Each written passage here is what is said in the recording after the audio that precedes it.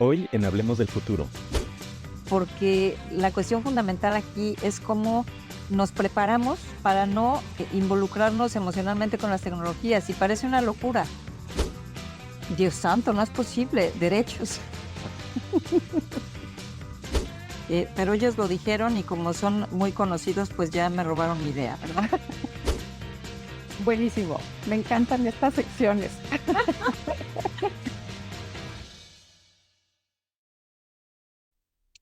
Hola, bienvenidas, bienvenidos, bienvenides a este espacio del Centro I para la Sociedad del Futuro, donde provocamos las ideas, el encuentro y la reflexión. Te invitamos a seguirnos por nuestras redes, en X como Centro I-RG, en LinkedIn como Centro I para la Sociedad del Futuro, en Facebook como Centro I, en Instagram centroi.mx y también en nuestro canal de YouTube Centro I Sociedad del Futuro. Si te gustan nuestros contenidos y quieres apoyar el trabajo que hacemos en Centro I, entra a nuestra página centroi.org y haz un donativo. Tu donativo hace posible seguir construyendo juntas y juntos un mejor futuro. En la era digital, la democracia y los procesos electorales enfrentan nuevos retos y oportunidades con la preeminencia de las redes sociales y ahora de la inteligencia artificial y otras tecnologías disruptivas. Estos avances tecnológicos están transformando la forma en que nos informamos, nos expresamos, damos forma a nuestras opiniones e incluso cómo ejercemos nuestros derechos como ciudadanas y ciudadanos. Para analizar este tema crucial, hoy tenemos el gran honor de recibir a Gabriela Ramos, subdirectora general de Ciencias Sociales y Humanas de la UNESCO. Desde este cargo estratégico, supervisa las contribuciones de esta institución para construir sociedades más inclusivas y pacíficas, abordando retos como la inclusión social, la igualdad de género, el desarrollo de la juventud, la promoción de valores a través del deporte, la lucha contra el racismo y la discriminación, así como los desafíos éticos de la inteligencia artificial. Y con el impresionante trabajo que la UNESCO ha realizado en los últimos años, Gaby se ha convertido en una figura clave para la colaboración internacional en temas de inteligencia artificial. Entre muchos reconocimientos, recientemente recibió el premio por el liderazgo en políticas en la gobernanza de la inteligencia artificial del Centro para la Inteligencia Artificial y la Política Digital. Con una sólida trayectoria impulsando la agenda del crecimiento inclusivo y el respeto a los derechos humanos en organizaciones como la OCDE, Gabriela Ramos nos brindará una valiosa perspectiva sobre cómo armonizar el aprovechamiento de los beneficios de las nuevas tecnologías con la protección de los valores democráticos. Gaby, contigo iniciamos este podcast en enero de 2022 y me da muchísimo gusto darte la bienvenida de nuevo a Hablemos del Futuro. Al contrario, para mí, como siempre, un honor estar con mi querida Elena Estavillo y con el Centro I y con el maravilloso trabajo que están haciendo ya desde hace muchos años, desde que lanzamos Conectadas, bueno, tantas cosas que hemos hecho juntas y ahora aquí trabajando con este tema tan importante y con la oficina de la UNESCO en México, ¿no? Con Dorian Romens, con Beatriz Guzmán. Para nosotros es realmente un honor estar contigo y con tu audiencia. Ay, muchísimas gracias, Gaby. De veras que son ya muchos años acompañándonos en diferentes espacios que pues vamos al diálogo. Y comencemos por acá. Sabemos que en 2021 los Estados miembros de UNESCO aprobaron la recomendación sobre ética de la inteligencia artificial. ¿Nos puedes comentar brevemente qué significa, qué implica esta recomendación? Bueno, pues primeramente quiero decirte que estamos muy orgullosos que 2 años después este sigue siendo el único instrumento normativo global que hace un llamado y un compromiso que adoptan los países miembros, los 193, adoptan compromisos muy concretos para alinear el desarrollo de estas tecnologías, para lograr objetivos de reforzar los derechos humanos, la dignidad humana, la sustentabilidad, la justicia social. Y déjame decirte que cuando la adoptamos en el 2021, pues muchos de los actores del mercado, muchos de los expertos pensaron que ¿qué tenía que ver la ética aquí, no? Y si lo que necesitamos son inversiones, la innovación, o lo que necesitamos es no quedarnos atrás en el desarrollo tecnológico. Pero a partir del lanzamiento de la inteligencia artificial generativa, con todos pues las preocupaciones que ha generado, pues el tema ético, para asegurarnos que esto no es una discusión tecnológica, sino social, y en donde las tecnologías nos ayuden a nuestros objetivos humanos, ¿no? Y no que nos generen más problemas, pues se ha convertido realmente en un elemento fundamental.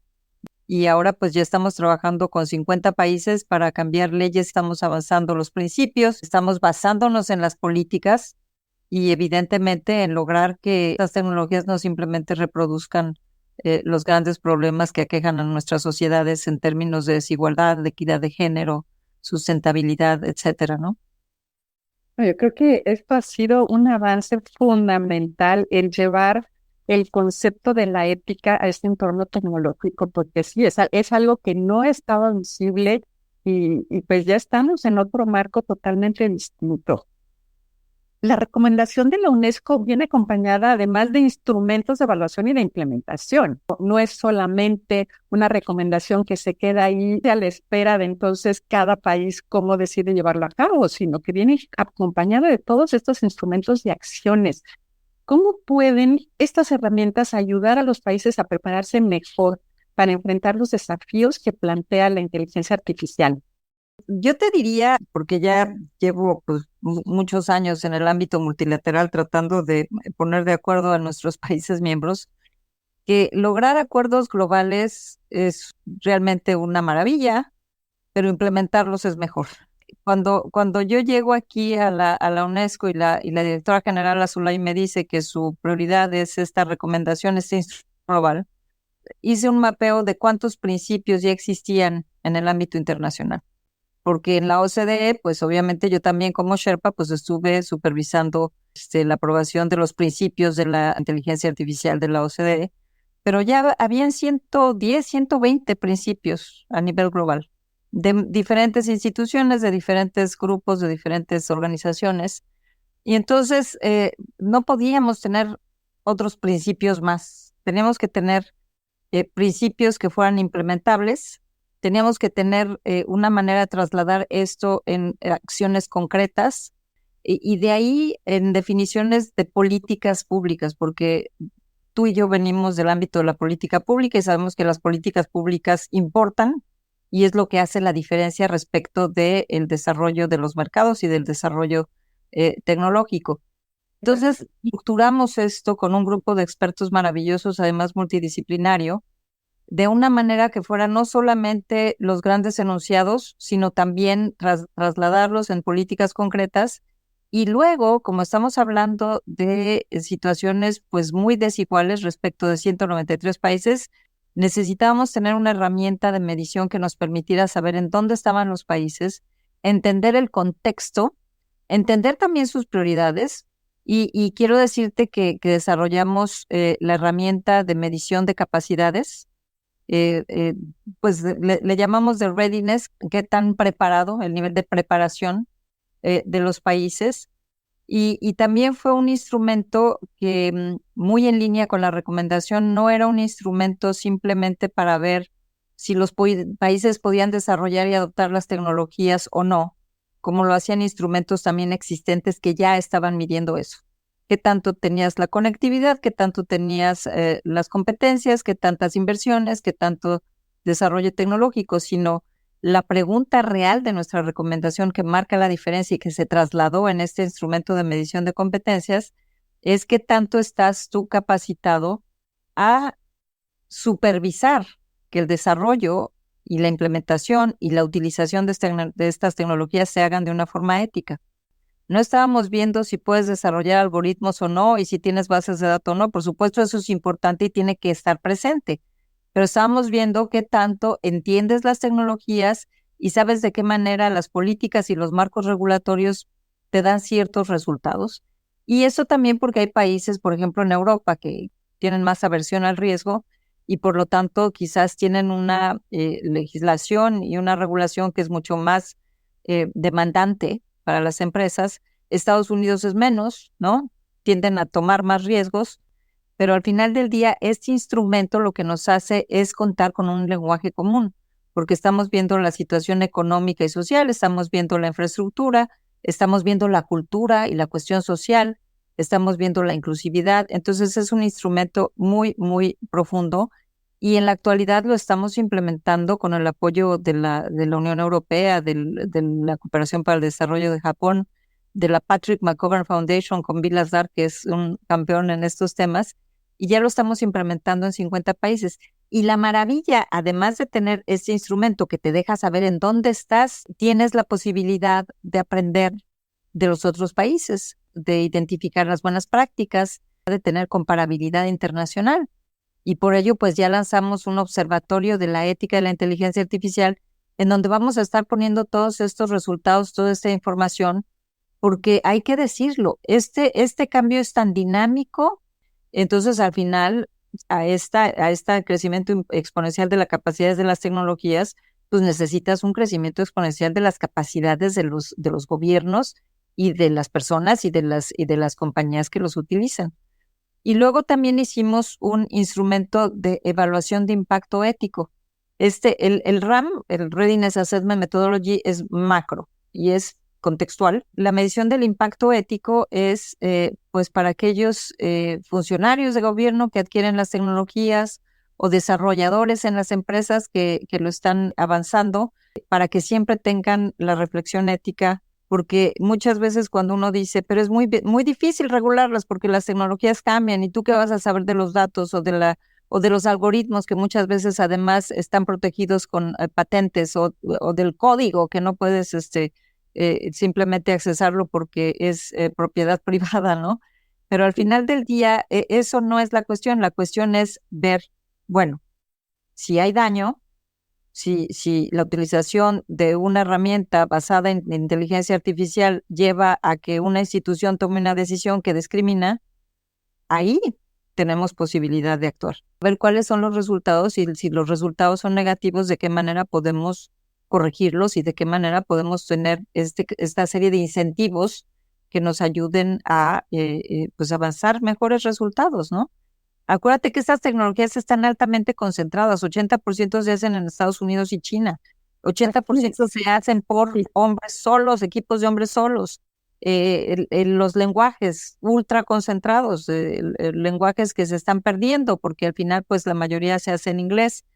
Hay inversiones aquí en Francia, por ejemplo, el país ha hecho una inversión muy importante para tener sus bases de datos en francés y eso es una de las cosas que la recomendación también hace. Tenemos que tener bases de datos que nos representen culturalmente, pero no siempre es el caso. Se entrena sobre datos y sobre modelos conceptuales que no son ajenos y entonces al final pues hay una discrepancia fenomenal.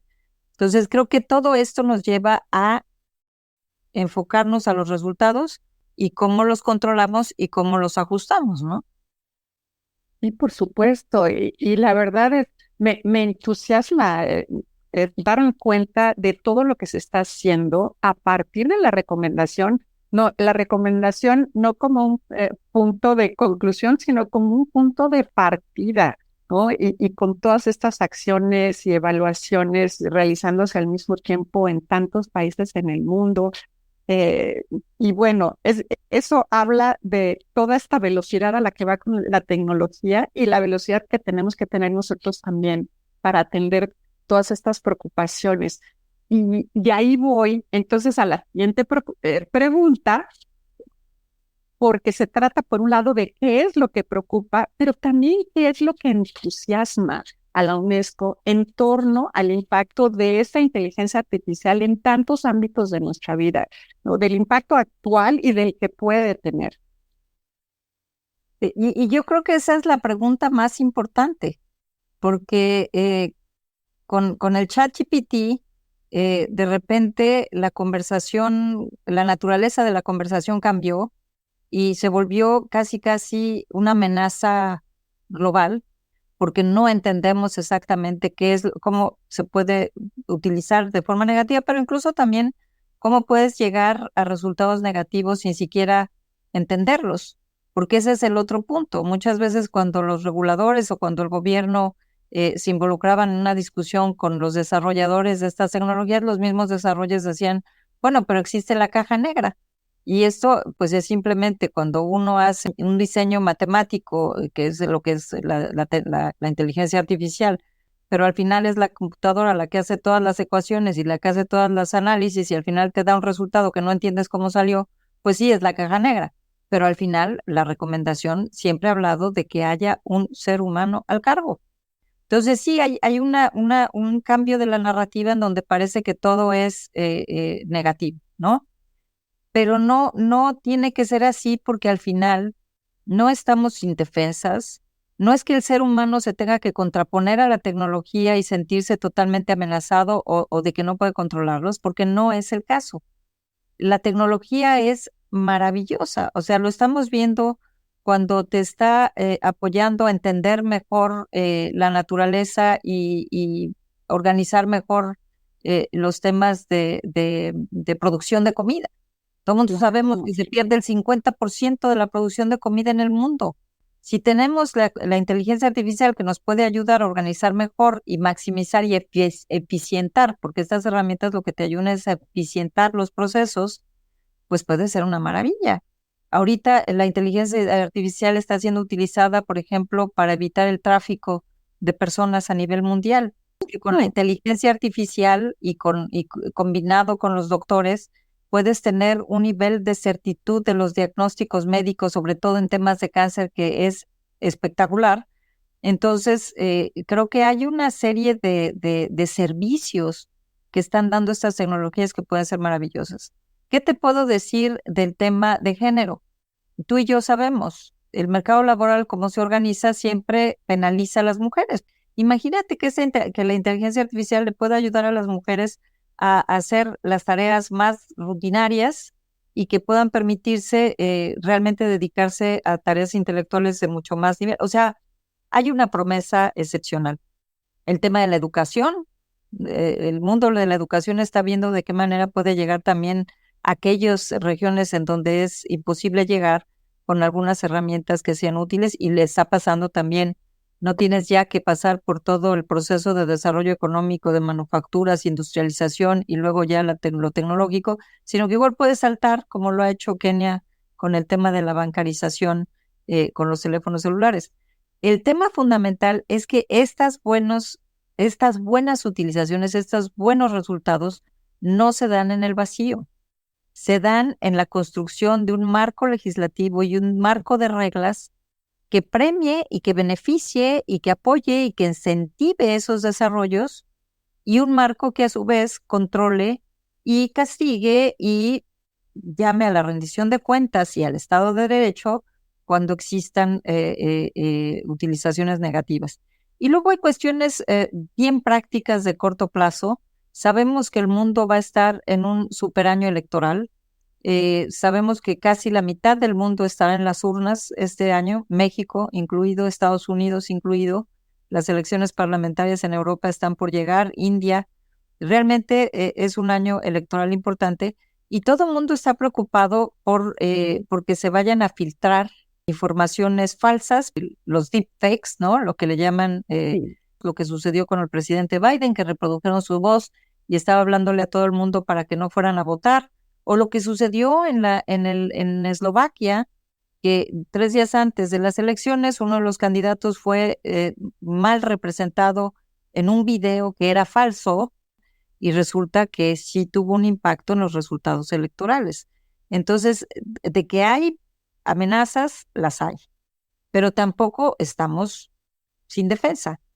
En primer lugar, por ejemplo, lo que ya hizo Estados Unidos, que fue prohibir los deepfakes, prohibir utilizarlo.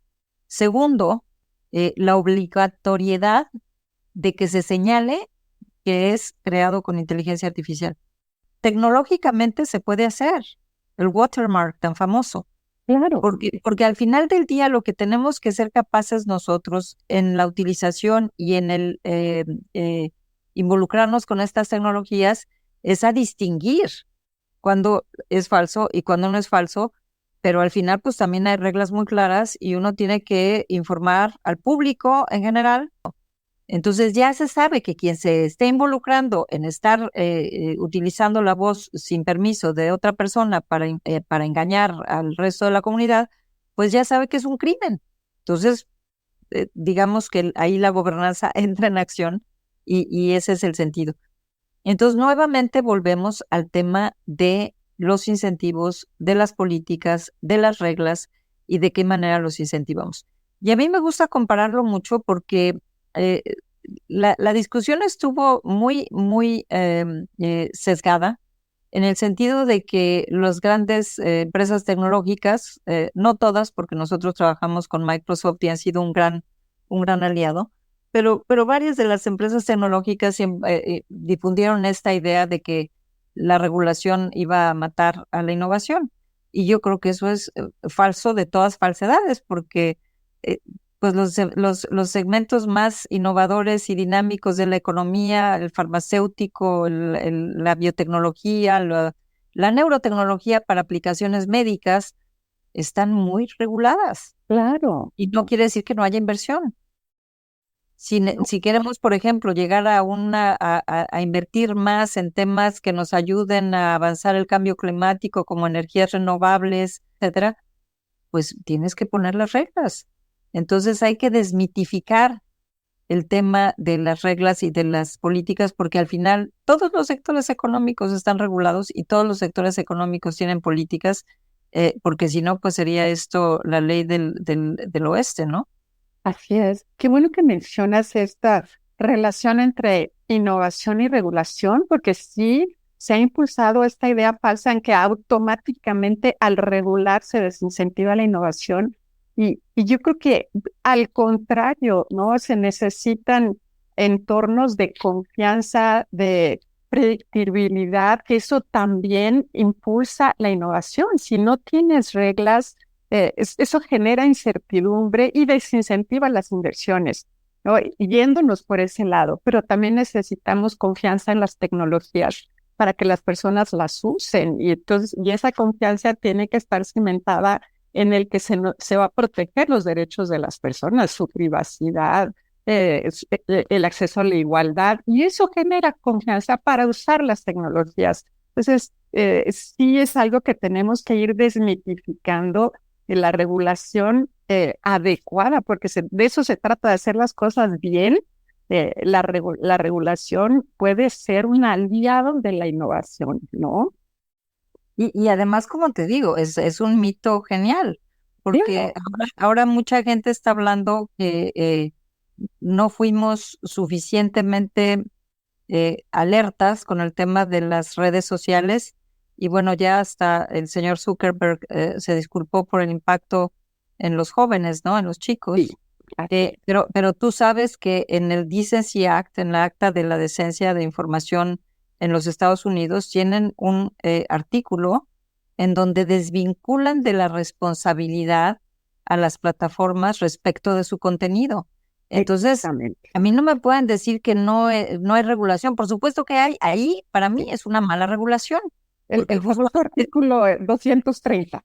Sí. El 230, que dices, pero ¿de cuándo acá uno simplemente rompe y eso es una de las cosas que la recomendación pone un énfasis fundamental, el tema de la responsabilidad, el tema de la rendición de cuentas y el tema de marcos de compensación si hay daño, es el tema del Estado de Derecho.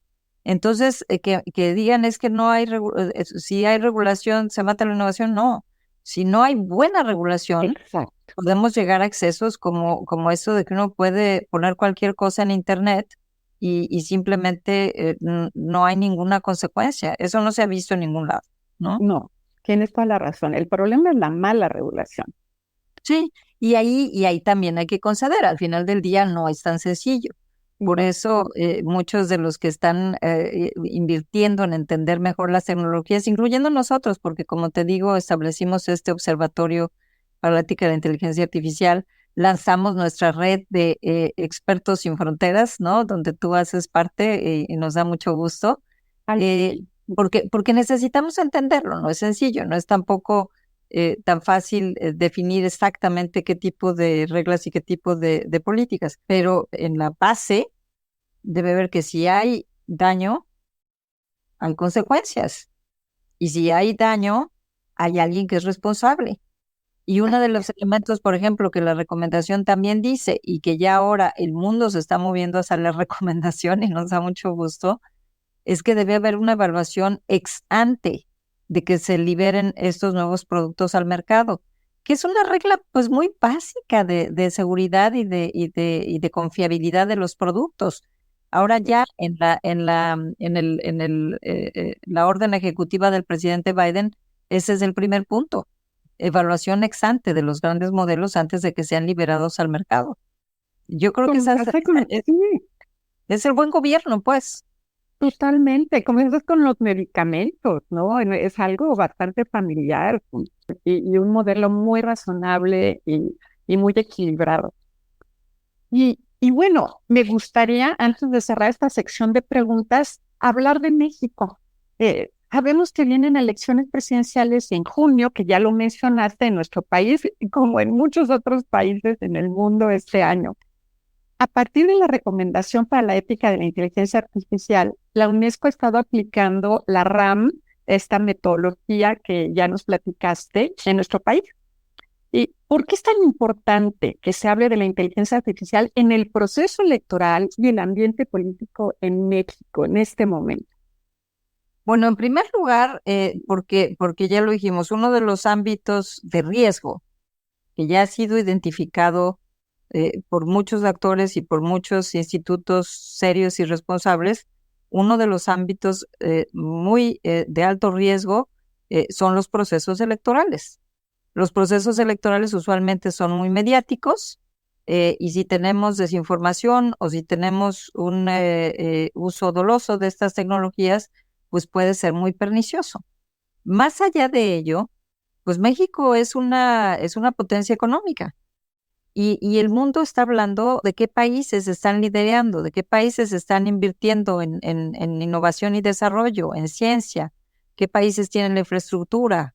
Eh, Evidentemente, hay unas grandes inversiones en materia de inteligencia artificial, pero al final todo el mundo está invirtiendo, entonces pues también tiene que llamar la atención a nuestro querido país para no quedarse atrás, porque lo que está sucediendo es que estas tecnologías están redefiniendo nuestra productividad, está redefiniendo las competencias, está redefiniendo el mercado laboral, la industria. Entonces, pues tener inversiones y estar, no digamos ni a la vanguardia, digamos, estar en una buena posición en estos desarrollos tecnológicos eh, tiene un impacto positivo en la perspectiva del desarrollo económico de México. Y de eso no nos podemos escapar. Entonces es bien importante que además del tema de la mediatización y de la utilización de las tecnologías en las campañas, que las propuestas de campañas también informen qué es lo que se propone hacer para que México pues sea un participante con pleno derecho y con plena capacidad en el desarrollo tecnológico mundial, ¿no? Claro, sí, y asegurar lo que ya mencionabas, que utilicemos estas tecnologías para resolver nuestros grandes problemas, ¿no? Y ese es el tema fundamental. Nosotros estamos trabajando y me da mucho gusto que el Centro I esté liderando, pero recibimos esta solicitud de la Alianza Nacional de la Inteligencia Artificial del Senado. Me dio mucho gusto porque fue una alianza multipartidista, todos los partidos estuvieron representados, los presidentes de la Comisión de Educación, de Innovación, la Secretaria de Relaciones Exteriores, por supuesto la senadora Ale Lagunes. Eh, eh, creo que es un esfuerzo bien importante y nos han pedido que hagamos también un ejercicio de medición de las competencias de México basado en nuestro instrumento del estado de preparación. Y creo que es muy útil, es muy útil, es muy importante tener el diagnóstico de dónde estamos y dónde queremos llegar. Y México ha hecho pues esfuerzos mayores, tú lo sabes, Así, Elena, porque has estado también en esa batalla ya durante muchos años. esfuerzos mayores de conectividad, de infraestructura, de competencias, de trabajar con el sector privado, muy importante. Entonces, hay que estar renovando pues esa base que ya se tiene, porque en los últimos años no hemos visto mucho movimiento respecto de la definición de una estrategia nacional en esta materia. Y es bien importante porque es un movimiento global. Es un movimiento global en donde te podría decir que de los 50 países con los que estamos trabajando nosotros, pues estamos con emergentes como México, con el nivel de desarrollo que tiene México, con todos sus retos, con India, con Brasil, con Holanda. También estamos con los países de menor desarrollo relativo, con Barbados, con Malawi, y todos tienen esta prioridad de prepararse para poder generar las condiciones que permitan aprovechar estos desarrollos tecnológicos. Y yo creo que ese es el tema fundamental: cómo generamos esas condiciones, cómo preparamos a nuestra mano de obra, cómo preparamos a nuestras empresas, cómo preparamos a nuestro sistema de investigación y desarrollo. Necesitamos el sector público, y esta es una cuestión de hace muchos años, ¿no? De incrementar la inversión en desarrollo, innovación y desarrollo, porque en México es muy baja, sigue siendo muy baja. No llega ni al 0.5. Entonces, mientras que tienes a Corea, que tiene 6% de inversión en investigación y desarrollo, y otros países que debido a esta inversión justamente en inteligencia artificial, pues se ha duplicado, triplicado. Entonces creo que es bien importante que México no se quede fuera de esta revolución tecnológica, justamente por los beneficios que puede traer para cerrar las brechas, para avanzar la equidad de género, para manejar mejor el medio ambiente. Y eso es lo que estamos haciendo con el Readiness Assessment. Estuvimos viendo algunos elementos interesantes, y el EI Government Readiness Index, que es un índice mundial, coloca a México en el 8º lugar de la región latinoamericana, después de Brasil, Chile, Uruguay, Colombia, Argentina y República Dominicana. Yo te diría que ese no es el lugar que le corresponde a México. Y bueno, no porque sea mexicana, pero por el tamaño, por el PIB per cápita, por el dinamismo, por los recursos, por el desarrollo tecnológico que se tiene en México, pues no tendría por qué estar en el lugar 8º. Necesitamos conocer dónde están las inversiones, cuáles son las inversiones, qué tanto las empresas están invirtiendo. Necesitamos saber qué tanto el sistema educativo, porque además ahí comienza todo, está preparando a nuestros estudiantes, a nuestros chicos, chicas y chiques, a tener pues esas competencias que ya no tienen que ver con la memorización y con la forma tradicional del aprendizaje, sino con la mirada crítica, con la adaptabilidad, porque el tema fundamental de estas tecnologías es la transición. Entonces, es un reto muy importante vinculado al desarrollo económico y social, y entonces es bien importante que se hable de ello. Por supuesto, pues este es el momento, es estratégico, es fundamental, y pues hay que empujar, hay que seguir empujando para que este sea un tema esencial en las campañas y luego en los programas de gobierno. Eso espero que lo veamos así. Bueno, Gaby, y ahora cerramos esta sección de preguntas y vamos a cambiar un poco el ritmo para entrar a nuestra ronda relámpago. Te mencionaré una palabra y tú me dirás la primera que te venga a la mente sin pensarlo mucho. ¿Lista? Okay. Me pongo más nervioso en esto que en la discusión. Ok, vamos. Vamos. Democracia. Importantísimo. Tecnología. Fascinante. Ética. Básico. Futuro. Promisorio. Inclusión. Fundamental. Derechos. Dios santo, no es posible. Derechos. Accesibles. Elecciones. limpias Oportunidad. para todos. Innovación. Hay que invertir. Diálogo. Esencial. Buenísimo. Muchas gracias. Me encantan estas secciones. Importantísima, sí, ¿no? Sí, pero es un reto, ¿eh? Ay, sí, sí, te entiendo muy bien.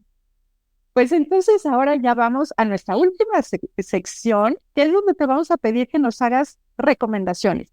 Un libro, una película o quizá una serie que nos ayude a reflexionar y a profundizar en estos temas.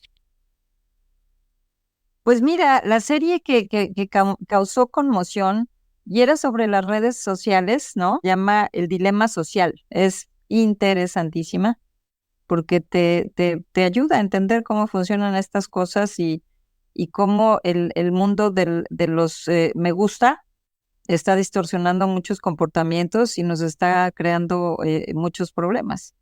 Eso te la recomendaría mucho. Buenísimo. Sí. Hay otras películas en donde hay una antropomorfización de las computadoras. Hay una película que se llama Ella, salió Ay, en Francia, claro. Buenísima. en donde el individuo se enamora de la computadora, porque la cuestión fundamental aquí es cómo nos preparamos para no involucrarnos emocionalmente con las tecnologías. Y parece una locura, pero el tema de los robots, el tema de estar intercambiando con ChatGPT y pedirle cosas como si fuera un asistente, pues se complica, ¿no? Porque psicológicamente puede tener un impacto. Entonces hay que también estar muy preparados. Le digo a tu público, hay que prepararse en lo individual también. Sin duda, este también es un fenómeno muy fuerte y ya tuvimos un ejemplo con el caso de Réplica. Bueno, y que ya no nos da tiempo de seguir, pero yo también invito a quienes nos están escuchando a buscar qué pasó con esta empresa Réplica que hacía esto, generar relaciones entre un bot y las personas que utilizaban el sistema. No, y además, nuevamente, lo que sucede, Elena, es que tenemos un contexto social que determina los resultados. Y entonces, si en el contexto social tenemos problemas, por ejemplo, de depresión entre nuestros jóvenes, Ay, problemas de salud mental, problemas eh, pues es evidente que de repente están conectados y parece que es una persona y sí se dan casos, pues muy, muy tristes, ¿no? sí, terrible. Es un tema a reflexionar, pero también en el que tenemos que actuar. Y luego libros, te diría yo que me voy por el Power and Progress que escribió Darren Acemoglu, que es un maravilloso académico, creo que está ahorita en MIT, y Simon Johnson. Se los recomiendo mucho porque desmitifica el tema de que no se puede regular o gobernar a las tecnologías. Y hacen el caso también. De hecho, yo ya había hablado de que me parecía que la forma como estamos tratando de crear los incentivos de políticas fiscales, de presupuesto para lograr la transición climática, pueden ser una analogía para la transición digital y de cómo gobernarlo. Pero ellos lo dijeron y como son muy conocidos, pues ya me robaron mi idea, ¿verdad?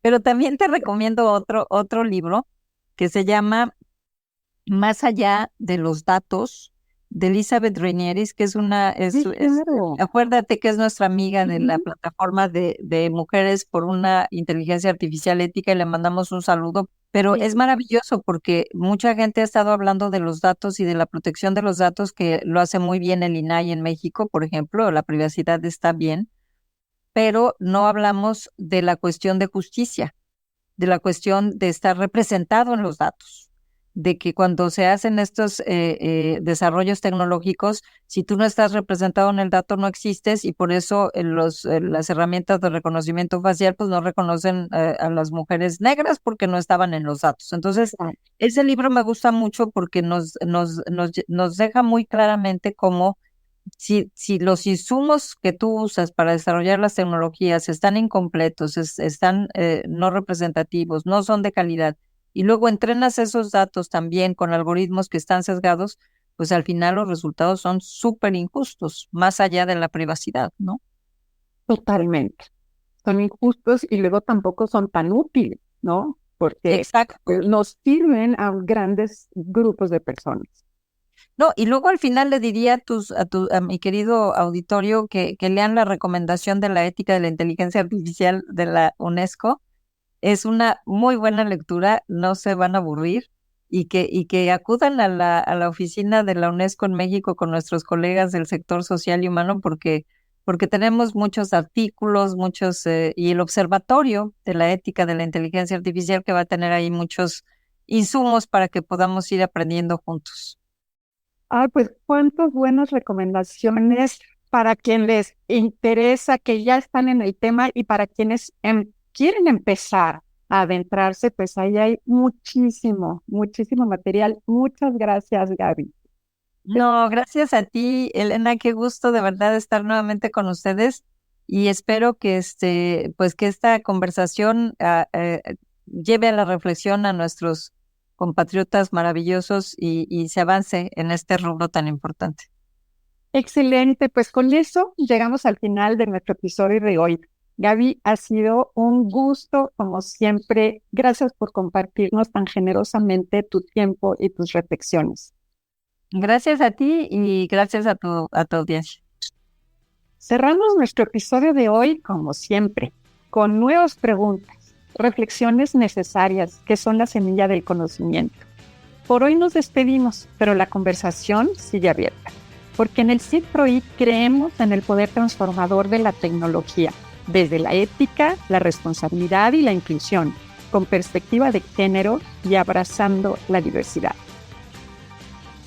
Si te gustan nuestros contenidos y quieres apoyar el trabajo que hacemos en Centro I, entra a nuestra página centroi.org y haz un donativo. Te invitamos a seguirnos por nuestras redes, en X como Centro I-RG, en LinkedIn como Centro I para la Sociedad del Futuro, en Facebook como Centro I, en Instagram centroi.mx y también en nuestro canal de YouTube Centro I Sociedad del Futuro. Hasta la próxima.